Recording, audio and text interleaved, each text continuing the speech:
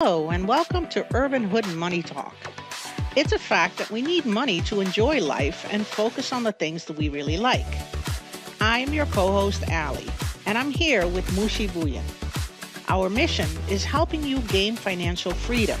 We are hoping that this session today will be the first in a series. And I think what we're planning to do is to have, if we can manage it with the time that is available to us, to have four one hour sessions and discuss four chapters in each session so that we can kind of, get through this book together and discuss it and share our ideas and our own personal experiences in some of these cases. So hopefully you have a copy of the book. The reason that we feel it's important to have these sessions and talk to people is because in many cases, we're reading these books and we're soaking up this information. But if there's no outlet to talk to people or to analyze anything or to, kind of make connections between what you're reading on the page and what's happening in your own life, then sometimes it just stays on the page, right? So we're hoping that with these sessions that we can do a little bit more and that there's a little bit more connection and that hopefully the people who are here and the people who are listening can take a little extra step besides the reading and get more out of it and actually apply some of these principles to their own lives. So that's why we are doing these sessions, and that's why what we're hoping that you'll be getting out of it. So I'm Allie, and Mushi is also here to help with the presentation of this. So we're happy that you're here. Welcome today. We are talking about the book Think and Grow Rich by Napoleon Hill. And Napoleon Hill did all of this research with lots of different people over a period of 25 years at the request of Andrew Carnegie. I think we all know who Andrew Carnegie is, a very rich man, and he wanted to find out, what's the secret to rich people becoming so rich. And he asked Napoleon Hill to help him with that. And so they did 25 years worth of research with a lot of different people to answer the question, how is it that wealthy men become that rich? And of course, this was written in the early 1900s. So when he's talking about men, he really means men. We'd like to think these days that when we talk about men, then that means humanity, right? So Right. that includes women nowadays. So, But back then that was limited. So I think he probably was really talking about men. Ali, the book started in 1900, 1906. So if you think of that, what happened in 1906, then back then, it was like, they used to look at all the men's world, right? All the men's used to be in main workforce and so on. Right. However, one of the things that I want to clarify, those who never heard about Andrew Carnegie, think of him like today's, as we are sharing today, this recording on January 2022. The richest man in the world is Elon Musk, the founder of Tesla, and second richest man is the founder of Jeff Bezos, founder of Amazon. So it's back then, at that time, when the book, he was thinking to write down that he was the richest man in the world. That's why, he thought, okay, if I die, that all the things I have done in my life and how I became richest, then, and how a immigrant person from Europe moved in this country. He was living in Staten Island as a refugee, and as a refugee who was poor, didn't have anything, and he was the richest man in the world. So why not share that knowledge before he leaves the world? That Yep. was his intention. It's nice that he shared this, right?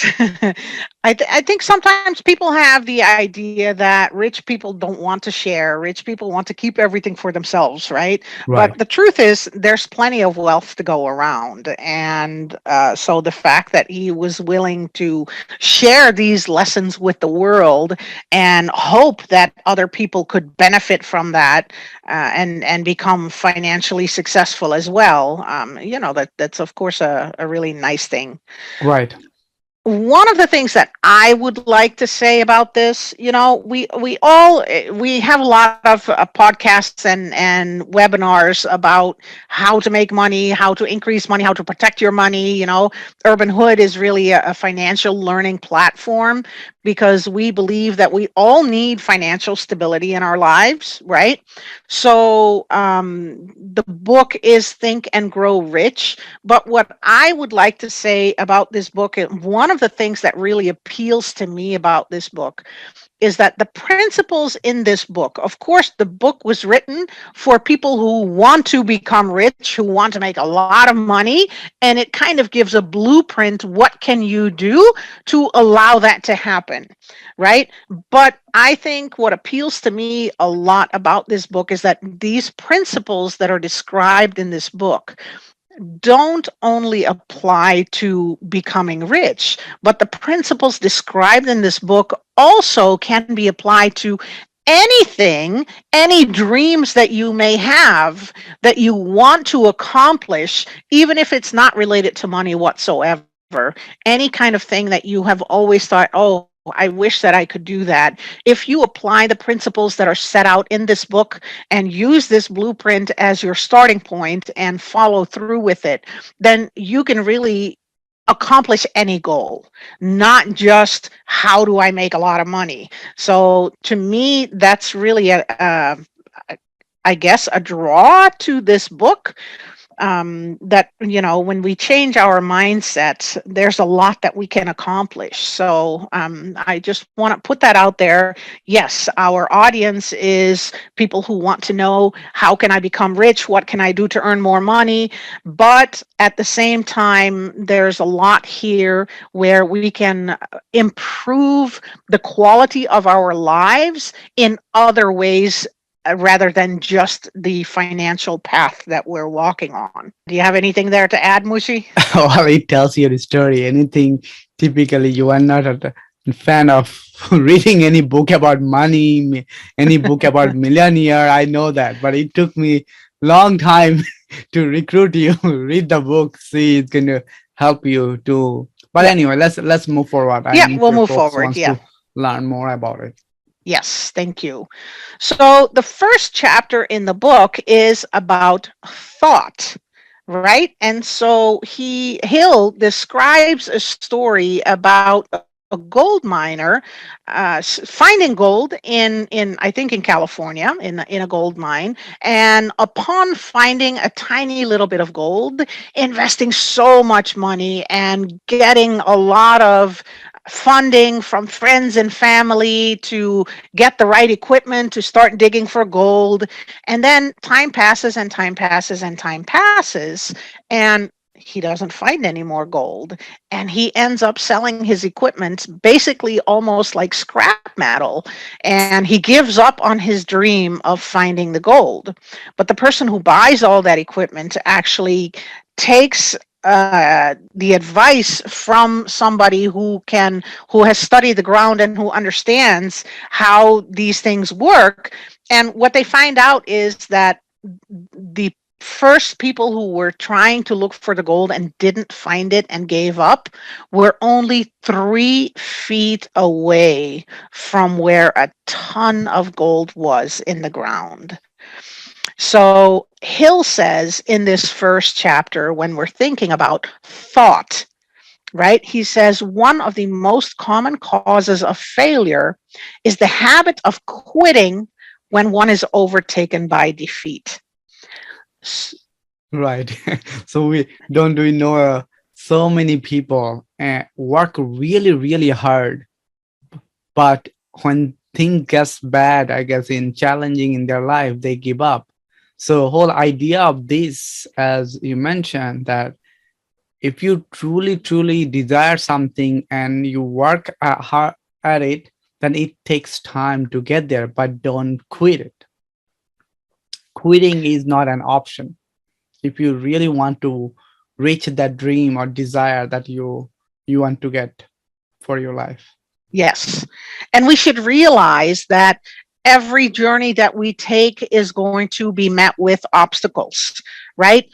Things that are worth achieving are not easy to achieve. So we have to be aware that we're going to be meeting obstacles, that we're going to be met with defeat and failure, maybe at one time, maybe 1,000 times. We often use the example of Edison with his light bulb, where he failed 10,000 times. And he said, well, that was just 10,000 lessons on what not to do. And he didn't give up. And lo and behold, there finally came the light bulb, right? So we should expect that there are going to be difficulties, but when we fail, we can't simply say, oh, well, I tried and I failed, so that's that. Now let me move on to other things.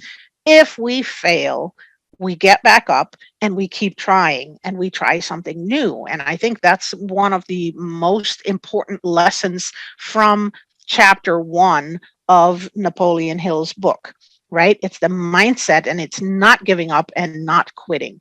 So Hill says in that chapter, one of the main weaknesses of mankind is the average man's familiarity with the word impossible. He knows all the rules which will not work. He knows all the things which cannot be done. So then he says this book was written for those who seek the rules which have made others successful and are willing to stake everything on those rules. So again, we all, I think everybody, suffers to some extent or another from saying, oh boy, this is hard. Oh boy, this is not possible. Oh boy, this has never been done before, right? But we see that the people who are most successful in life don't let those kinds of thoughts stop them. They find a way to reverse that kind of a thought process. And, then they always say, oh, the word impossible doesn't exist. If you split it up, it simply says, I'm possible, right? So it's the whole idea of changing your mindset and not being bogged down with all this negative talk. And instead, realize that anything can be achieved so long as we have an open mind and are willing to look for the ways that it can be achieved. Okay, so we need to maintain a spirit of open-mindedness, and we need to understand that we have the power to control our thoughts. I'm going to share a personal story here. I grew up in the Netherlands, and in the Netherlands, they have this huge walking event every year that's called the Walk of the World. It's a 4-day walking event, and usually anywhere between 40 and 50,000 people come from all over the world, and they walk together for 4 days, usually 25 miles a day, about 100 miles in a 4-day period. Men walk more a little bit than women. Older people walk a little bit less than younger people, but overall it's about 100 miles in 4 days, right? And I had watched that on the news growing up. Every year this is a big to-do over there. And I had always wanted to do that. And one day I told Mushi about this whole thing. And I said, I've always wanted to do it. And he simply looked at me and he said, why don't you? And then I thought about all the reasons that I had always been telling myself why I can't do it. The biggest reason was that everybody in my family generally said, everybody who does that is crazy. Who in their right mind would want to walk 100 miles in 4 days? That's insane, right? And then we get, of course, other excuses. It's nowhere near my house. I can't spend the time or the money to do it. I had the idea of, okay, if I'm going to travel to the Netherlands, my family still lives there. If I'm going to travel to the Netherlands, can I justify being there for a week when really what I want to do is spend that time with my family instead, right? So I have a million excuses why this couldn't be done. But when Mushi asked me if you wanted to, have you always wanted to do it? Why do you think you can't do it? I found that all of these things that I had told myself that made it impossible to participate in this walk were all just excuses and nothing else, right? It was all these negative thoughts that prevented me from even thinking that it was possible for me to do it. And once he opened my mind and said, well, I think those are just excuses, I started to realize that, yes, this could actually be done. And 3 years ago, or maybe 4 years ago by now, I can't remember exactly, but in the summer, I actually went there and I went on this walk. And it was an amazing, amazing, amazing experience for me. So this whole idea of get out of your head, stop making excuses, have an open mind, and think of solutions rather than thinking of problems. It really speaks to me. And I think that's what this chapter 1 is all about. We Uh, have the power to control our thoughts. right, like you said, we have the power to control our thought. We have the power to control our desire. And if your desire is strong enough, no matter what, you will make it happen. Think of that. How many refugees, how many people come in this country? How many migrated people come in this country every year, every decades, right? However, from there, when this author, this founder, Andrew Carnegie went through, that it was not easy. If it's easy, everybody would get it. So you have to do something exceptional. It's hard, it's tough, and you are going to get challenged. But the one is stick to those challenge, those hardship. They are the one rise above. So that's what it is. That you have to take all those negativity out of your mind and just focus solution. That's exactly what you did, Ali. When I remember that the conversation when we had it, many times you used to tell me this, that. We went back and forth. Then slowly, you opened up your mind. Mm-hmm. Yep. Yep. So I think it's funny that in this book, Think and Grow Rich, Napoleon Hill outlines 13 different steps to becoming rich. And thought, although that's the topic of his first chapter in the book, it's not a step towards the riches. But in my mind, I think he should make it 14 steps, because in my mind, I think thought is really the first step.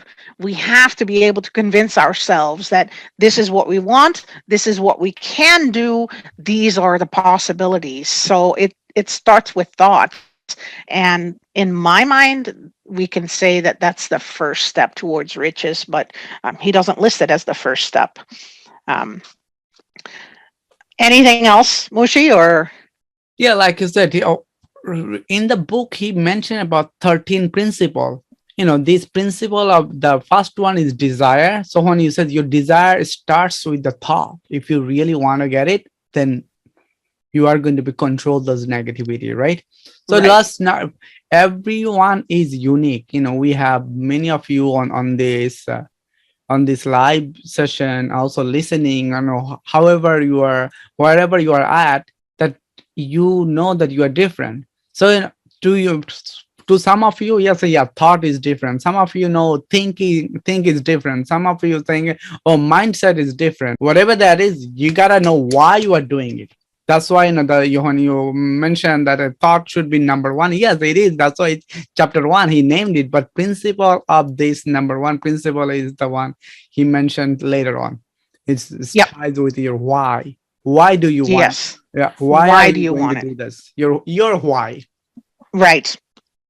So if we think about the purpose of the book is about getting rich, having a lot of money, right? So what he says, when you're thinking about your thought and your desires and what is it exactly that you want, then he says decide on the exact amount of money that you desire. Don't just say I want plenty of money. Don't just say, well, I need enough to get by, or don't just say I want enough that I can live comfortably, right? He says give an exact amount that you desire, whether that's $100,000, $1 million, $2 million, however much that's going to be.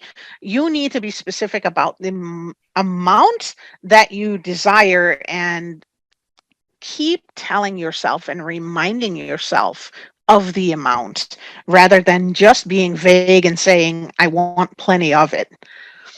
Okay. He also says we believe that we are entitled to receive this important suggestion when riches begin to come.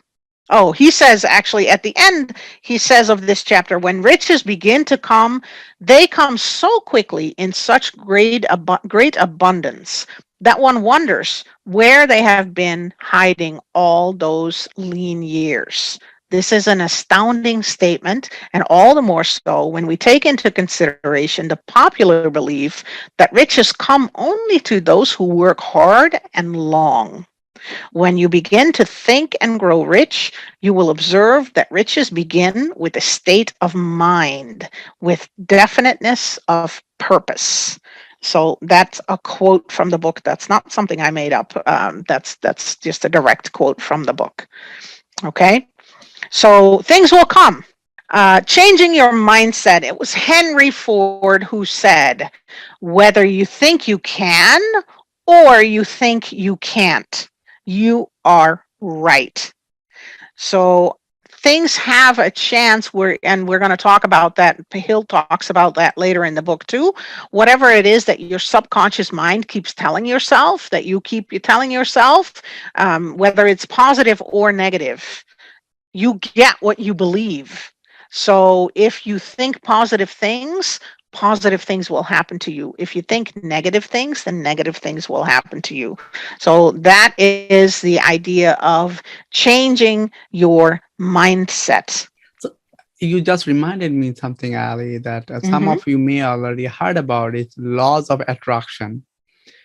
If you think positive and you also are think that positive people are going to come in front of you, in your life, and you think all the people are good in this world, people comes in your life, they're good, they're there to help you, you'll see a lot of positive things comes up. you know so you do not make those misconception that think about, oh no, everybody's bad, no, I'm getting all these bills coming in. But if you think of that, your money is coming, if it's about money is coming in instead of bill, think of that your check coming in, think of that effort you're putting, that you're going to get money is going to be deposited in your bank, in your account. You are going to see that those things, those ways, how we don't think about how, just have that thought. So Yep. laws of attraction is one of the things that some people say, oh yeah, I believe in that. Yes, you're right about that. So in chapter 2, Hill talks about desire, and he says desire is the first step towards riches. And he tells the story of his son who was born deaf and mute. He had no physical signs of ears. He didn't have any ears in his head, but also inside his skull, I guess the wiring, we can call it, just wasn't there for hearing. So the child was deaf and he was mute, and the doctors kept telling him, this is the way it is. We cannot change this, right? He's been born different and he will never be able to overcome this. But Hill said to himself, I don't accept that. I want my son to have a normal life. I want my son to be able to hear. And he instilled in his son that idea that he's special and that he can attain the things that he wants to attain. And in the end, of course, they were able to find early hearing aid, I guess is what it was, right? Mhm. And Yep. he was indeed able to hear at the end. So the whole idea of desire, desire, desire, you want something bad enough and then you work for it and it will come to you. So desire is the first step to riches that he's describing. Now he also gave the example of a scientist called Barnes, who actually he wasn't a scientist, right? He was a salesman. Barnes, who wanted to work with Thomas Edison. And in his effort to work with Thomas Edison had no idea who Barnes was. In his effort to work with Thomas Edison, Barnes gave up everything in his life to make that happen. In essence, he burned all of his bridges. And Hill says he left himself no possible way to retreat. He had to win or perish.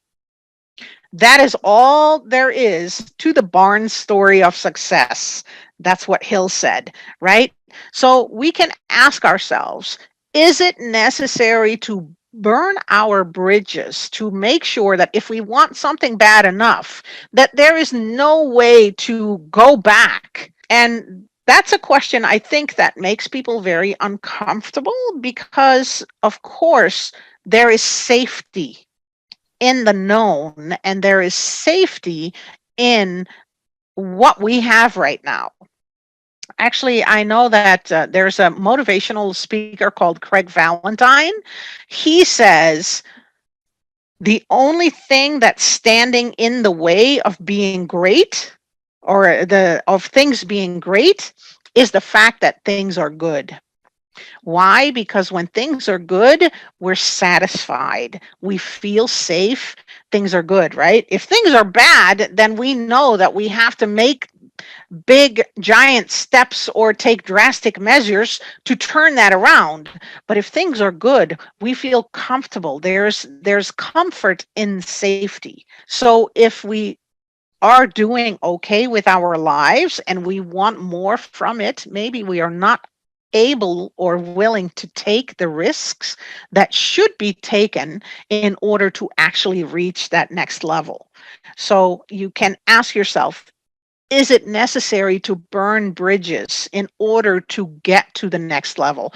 Are you willing to burn those bridges? But Hill says in the book that in most cases it's necessary. And definitely here in this example, like if you're not willing to burn your bridges, it's going to make it more difficult to get where you want to go. But it's hard for us to do that, right?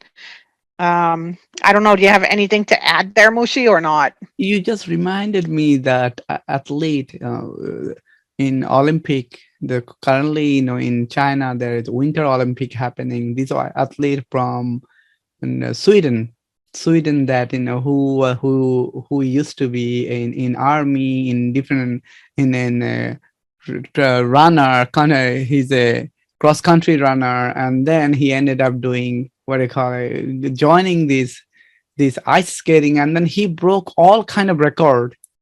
You Yeah, remember that? I've been watching him too. He's a Swedish speed Yeah. skater. His name is Niels van der Poel. Yep. So he actually participated in the Olympics in 2018. Hmm. And after those Olympics, and he was quite successful during those Olympics, he's a very young guy. After the Olympics, he quit skating, he joined the army. When he came out of the army, he started cross country running, and he would run like 100 miles, maybe once a week. And he had just crazy, crazy, crazy sports regimen, but it looked like he'd stepped away from speed skating altogether. But now, all of a sudden, he came back on the scene about a year ago, and because of all the things that he'd been doing with his practice in the military, his long distance running, he did long distance bike riding, just the stamina that he has built up, and the mindset, I guess, of not giving up and being able to work through this pain. So he came back to ice skating this year, and yeah, he won a gold medal on the 5,000 meters and also Yep. on the 10,000 meters. 10,000. So Yep. And the thing you just reminded me that when they burn the bridges, but this guy, he comes in and everyone discounted him that he's not going to be able to beat the world record that someone from Netherlands, he was already ahead. But this guy came in and beat him more than 10 seconds. This is like crazy in Yeah. Olympic. It was quite something to see. Yes. Yep. So I don't this know. I don't know if those who are listening are into speed skating, but clearly I am. so So I was really excited to see so that. so how what that means to in your desire, this was one of the thing that his desire, that hey, he had nothing to lose. He got already his championship in 2018 or medal. This time he came in just as, let's check it out, but he worked. We have seen him before he even joined it, how many different things he has done. So ask yourself, what are you doing when you are down, or things doesn't go in your favor? If it's easy, anybody would have get it. Nothing is easy, right? Elon Musk, who we hear about Elon Musk, that he's the CEO of not one business, three, four, five other business that he's doing, two public company, and other business he has in the pipeline. He works more than 130 hours a week. So those are the things that whenever we say, no, it's not for me. No, it is. If you really, really put your mind to it. Back to you, Yes. Ali. Yeah.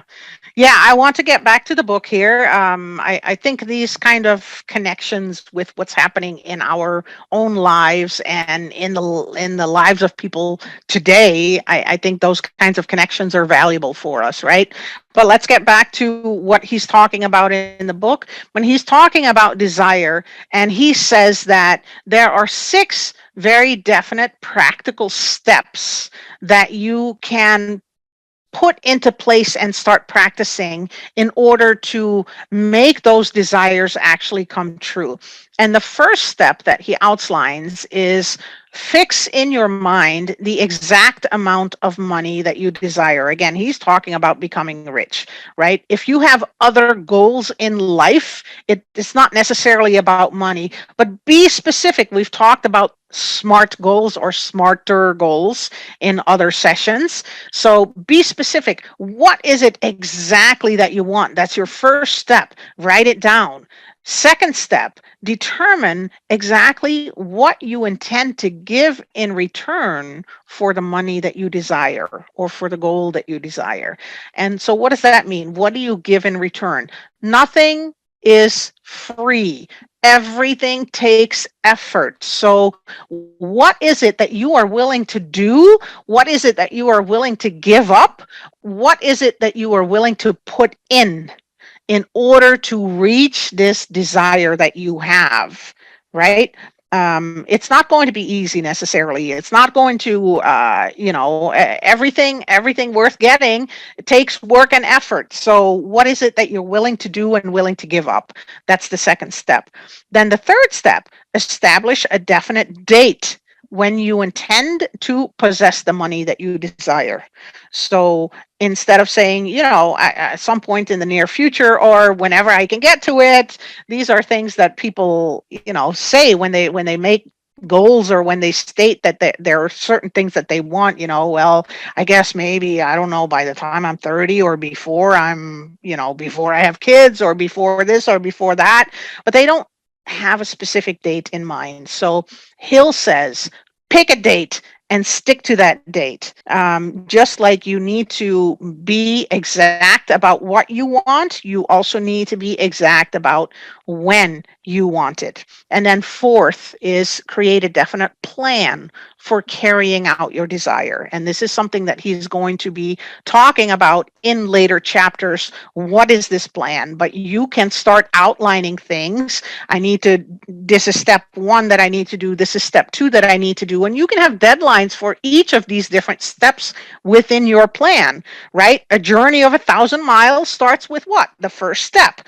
So make sure that you can outline and take bite-sized pieces to work towards your goal, right? And make sure that you are also specific in your plan in terms of what it is you want to achieve and what milestones go with which dates. What's the time frame? Okay, fifth, write out a clear, this is a very important, write out a clear, concise statement of the amount of money you intend to acquire. Name the time limit for its acquisition. State what you intend to give in return for the money, and describe clearly the plan through which you intend to accumulate it.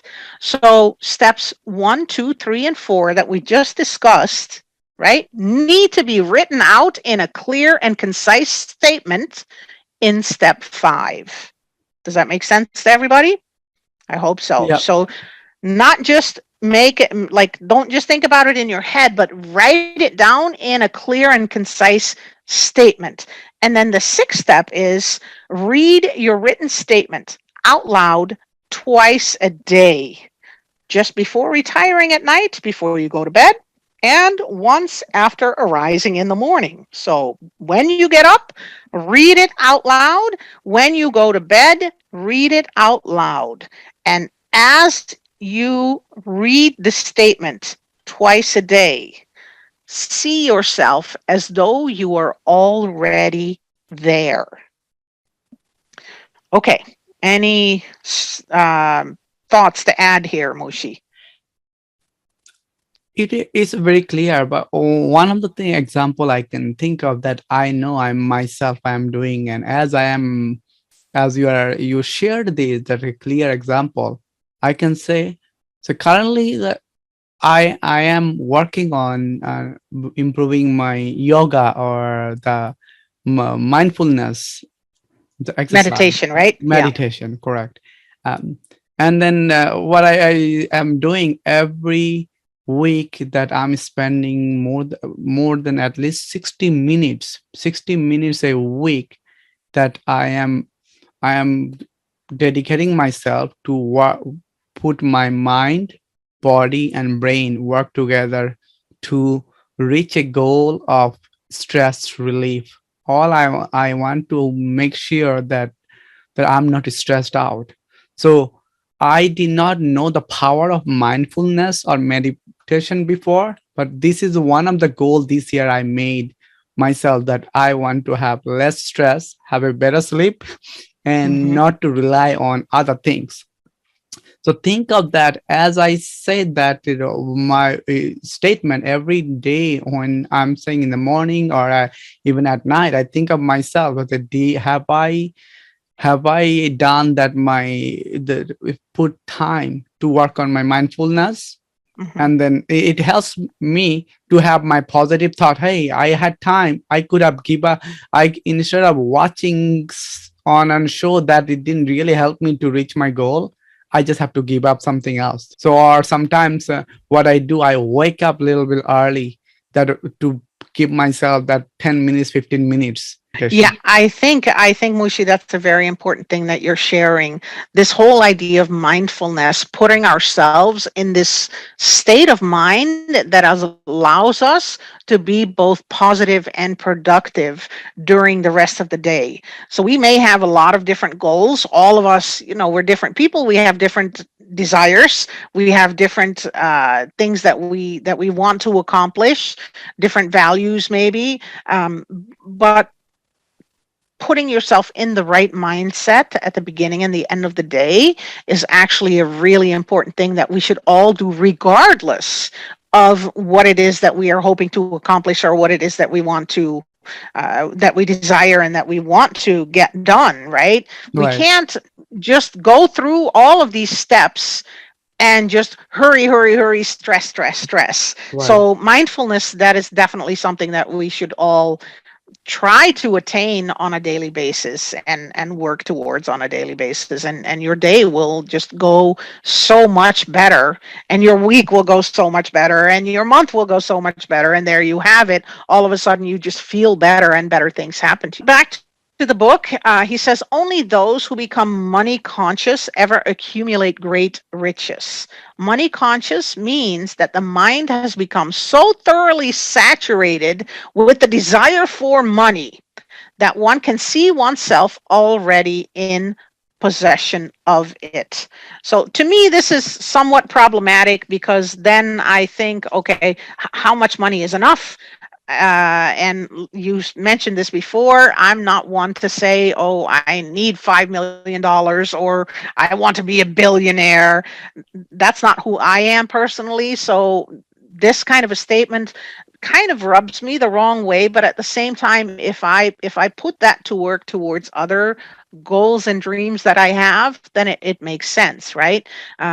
We have to make sure that we basically live and breathe the thing that we want in order to make it happen. And he also says practical dreamers do not quit. It comes back to what he said in chapter 1. There will be failures. That's okay. We can stumble and we can fall, but we can get back up and continue going.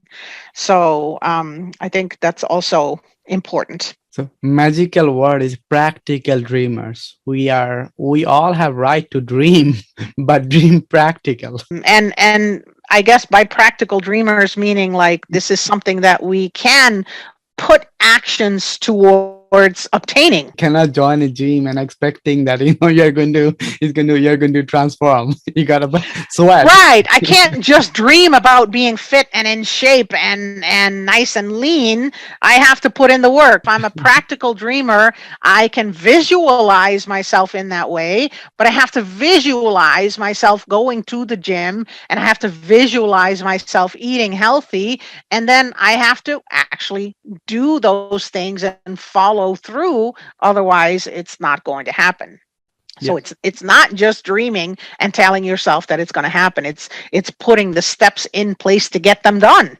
Third chapter in Napoleon Hill's book is the second step towards attaining riches, which is faith. And with faith, he means the visualization of and the belief in attainment of your desire. So again, seeing yourself there and believing this is what's going to happen. This is not something that's impossible. This is not something that's unattainable. Why would it be unattainable?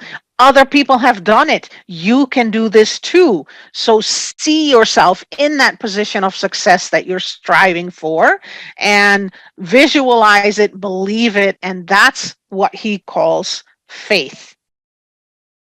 And we can draw on that when we think of faith normally in everyday life.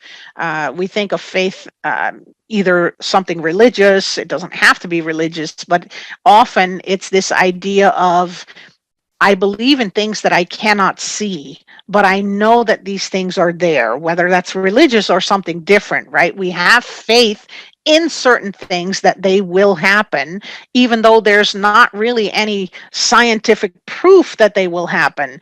That faith is there, and that's what he's talking about here, knowing without any question in your mind You it's you going to just happen. you reminded me something like we always use it. It's called gut feeling.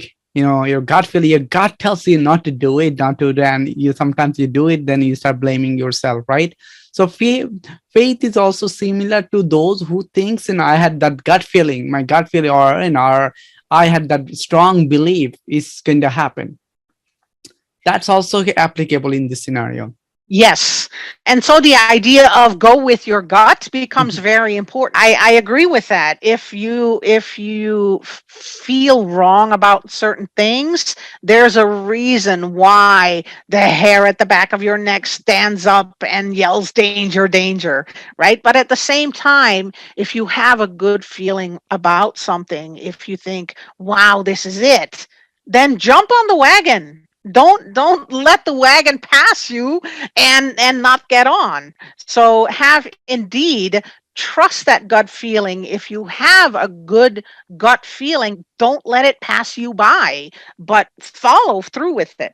And I wanted to also remind others who is thinking, yes, my gut feeling tells me, always gives me the negative thought. Remember, we started with thought is positive thought.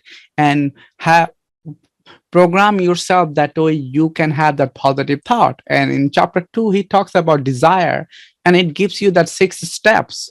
So when you start reminding yourself those steps, that how you came up with a plan and what you're ready to give up to reach that goal, and when negative thought comes in, you quickly just snap out of it and just put a positive thought into it, right? So gut feeling is you know gut feeling or faith comes in. Sometimes people always say, you know what, I cannot go there, I cannot go on this vacation because I'm poor, I cannot do this, I'm poor, right? Poor is has nothing to do what you're facing today. You might be going through a challenge in financially today, in the challenge is like that. Because of the challenge you are broke and poor is not the same. So that's what it means. Later on you're going to see in the book he talks about it, what you can do to reprogram yourself, that way you have more and more positive thought comes into it. And you also have to surround yourself with the right type of people. That way, when that crazy person we talked about earlier, that he moved, he gave up so many things, army and Sudi, the guy in the tracker who beat all the record, he told himself constantly, no, this is possible, this is possible. Same thing you have to do with hang out with the people who already reached there, who already thought that that's possible. They will never tell you. People who reached those direction, they will not discourage you. So you need to learn that knowledge is the biggest thing that you have to keep seeking and working on it. We touch a little bit on what's coming up in the next chapter, which is auto-suggestion, meaning we can change our mindset, we can change the way we think, and by changing the way that we think, we can change what's happening in our subconscious thinking. So that's coming up in the next chapter. One of the things that kind of is striking to me in this chapter about faith is that Hill describes faith as an emotion. And I personally had never looked at faith as an emotion, but the whole idea of having faith, I think, means being at peace and trusting that good things are happening. And in that sense, it is a very positive emotion. So I think when he talks later about, well, we're going to get to that, but this whole idea of our thoughts have to be filled with emotions. I think the fact that he calls faith a very strong emotion, I just want to kind of pull your attention to that. You reminded me something, Ali, that that my coach is Tony Robbins. Tony Robbins, those who doesn't know Tony Robbins, please Google it. You'll find out he's one of the biggest motivational speaker in the world, and who changed a lot of people's lives, million of people's lives in the world. But every time Tony Robbins talk about coaching somebody, mentoring, or make a change, he always say, move. You can change your state. How do you change? You cannot just sit there, be idle. You have to move. You have to be in motion to make a difference. So emotion comes from in motion. So this is another quote from the book. A mind dominated by positive emotions becomes a favorable abode for the state of mind known as faith. A mind so dominated may, at will, give the subconscious mind instructions, which it will accept and act upon immediately. Then he also says it is a well-known fact that one comes finally to believe whatever one repeats to oneself, whether the statement is true or false. If a man repeats a lie over and over, he will eventually accept the lie as truth. Moreover, he will believe it to be truth Every man is what he is because of the dominating thoughts which he permits to occupy his mind. When I read that, when I see this statement in his book, it really reminds me of 1984, George Orwell, right? Where the government says one day these are our allies and these are our enemies, and the next day they flip the switch and the opposite people are the enemies and the allies. And as long as people keep saying it, these are our friends, these are our friends, these are our friends, those are our enemies, they start believing that. And so this whole idea of the way that you talk to yourself and the way that you repeat your beliefs over and over, whether those beliefs are true or false, in your mind, they become the truth. So that's an important thing. And it's important, therefore, if you're aware of that, that what you think may be the truth is not always the truth. So if you have a lot of self-talk and a lot of negative kind of emotions and feelings and outlook on the world, realize that this may be a lie.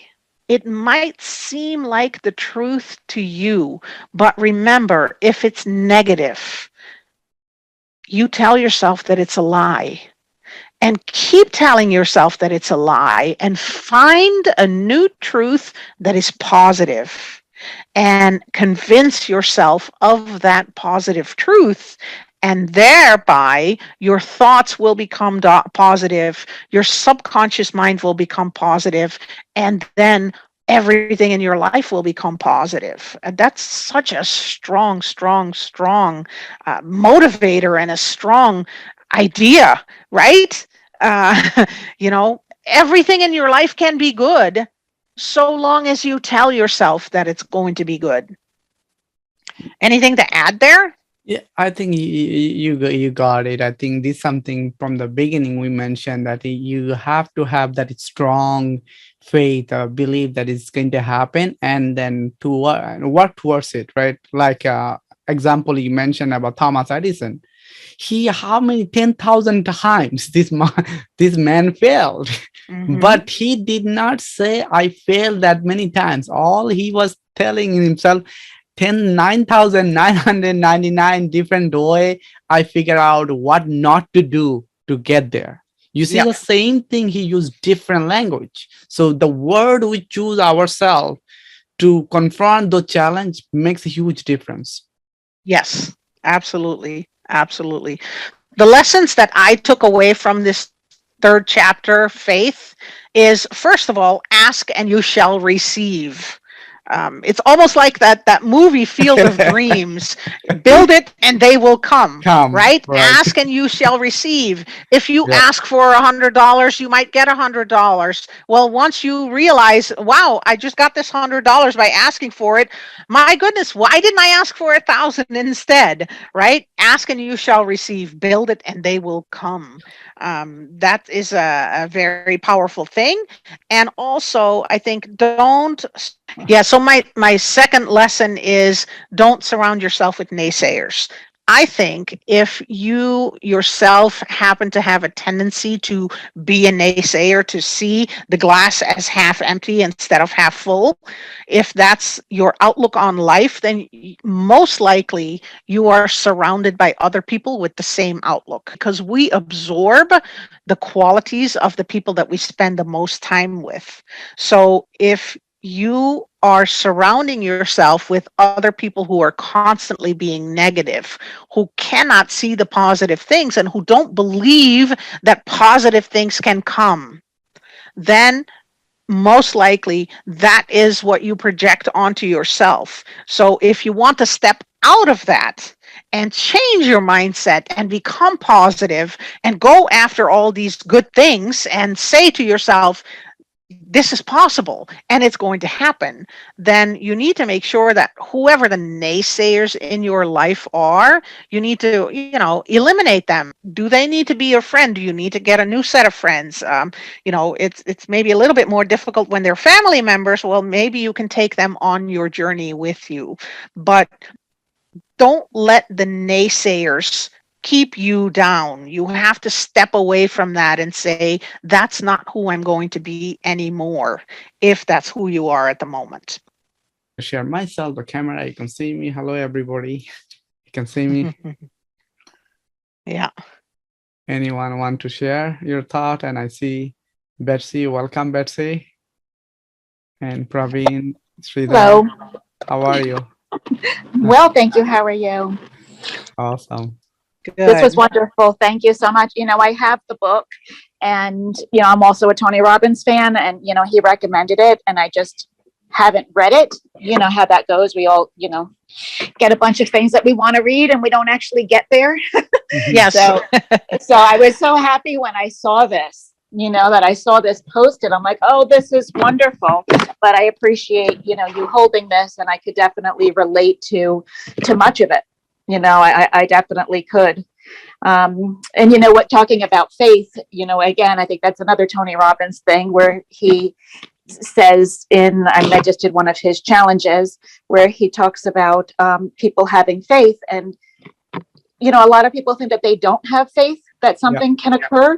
Mhm. And Mhm. it's true that people always have faith because, like he says, in all of his webinars and such, you have faith every time you get in the car. Yep. That somebody is going to, the person that's coming at you is going to stay on the side of that little white line. Mhm. Right? Yes. That is faith. Right. That is faith. So if you can have faith in that, that is your life. Right. That is your life. Right. So if you can have faith in that, you can certainly have faith that you can reach, your own personal goals, whatever they might be, financial or otherwise. Correct. Right. Absolutely. Yep. So I appreciate Awesome. you having this. I wrote some great notes down. Thank you so Good. much. Good. Excellent. And I hope, Betsy, that, by listening to this, we try to keep the summaries to a minimum. There's a lot more to the book than what we're covering here. I hope that, at least like it whets your appetite so that you're going to say, I do want to read more about what it says there. It's a good read, and you can really get a lot out of it. And even like if you read it more than once, like you get new lessons every single time. And I don't know when you joined the call, but I said in the beginning that, of course the book is about making money, becoming rich, but I see the book as so much more in terms of reaching goals that maybe have absolutely nothing to do with making money. And to me, it's really inspirational that it gives that blueprint of what steps do I need to take and what do I exactly need to do to reach the goals that I have, whether they are financial goals or totally unrelated goals. So, Right. Yeah, I started at I think a minute or 2 minutes in, but yeah, it's just a matter of reaching your own personal goals. I think you can always apply these great life lessons, yes. to anything that suits your own personal situation. Yeah, So absolutely. no, yeah, very helpful. It was great to get a synopsis. Sometimes when it's too granular, I find it's a little harder to take in, and my mind gets distracted. Right. Yeah. So like bullet Yeah. points kept me focused on it. So, not bullets, they were better than bullets, but so I appreciate it. Yeah. Thank you so much again. Very for good. Very good. Want to thank Ali to just prepare to share, and others who do join and joined with us, learned with us. Thank you, and you guys have a wonderful day.